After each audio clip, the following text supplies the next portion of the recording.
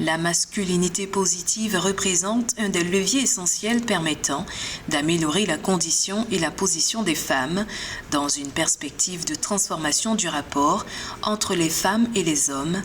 Par ailleurs, la persistance des violences faites aux femmes et aux filles en Afrique, liées aux normes et pratiques socio-culturelles néfastes,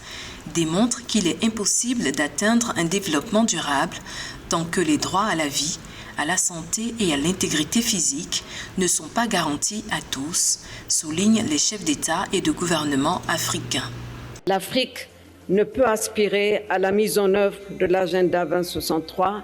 pour l'Afrique que nous souhaitons, que nous voulons, l'avenir dont elle aspire à atteindre, que si elle arrive à peser collectivement sur la scène internationale. Notre unité d'action, mais aussi de pensée, de conviction, notre engagement sans faille pour le renforcement de notre unité sont primordiales si nous voulons garantir un futur meilleur aux générations à venir. Selon les experts, les actes de violence à l'égard des femmes et des filles, généralement perpétrés par des hommes, relèvent le plus souvent d'un abus des positions que leur confèrent les normes patriarcales, ainsi que d'autres ressorts comme la supériorité économique sur les femmes. Le système de socialisation de notre société doit changer. Les hommes ne doivent pas être socialisés dans la violence et surtout être violents envers les femmes qui sont très proches d'eux, parfois même envers leur propre mère. Donc, ils ne doivent pas perpétuer cette violence.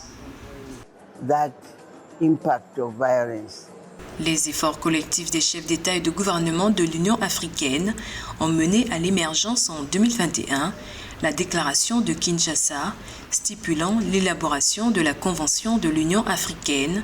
sur l'élimination de la violence à l'égard des femmes et des filles, le soutien et l'accélération de la mise en œuvre du protocole additionnel à la Charte africaine des droits de l'homme et des peuples,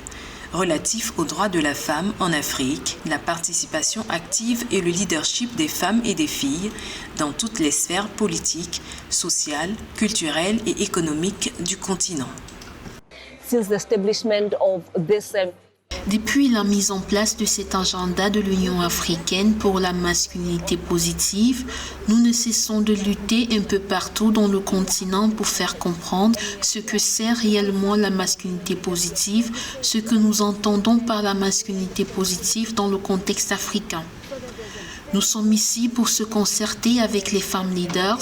avec nos mamans, pour leur dire ce que nous voulons que la masculinité positive soit. C'est une véritable responsabilité de faire en sorte que le mécanisme soit enclenché sur les hommes et les jeunes garçons.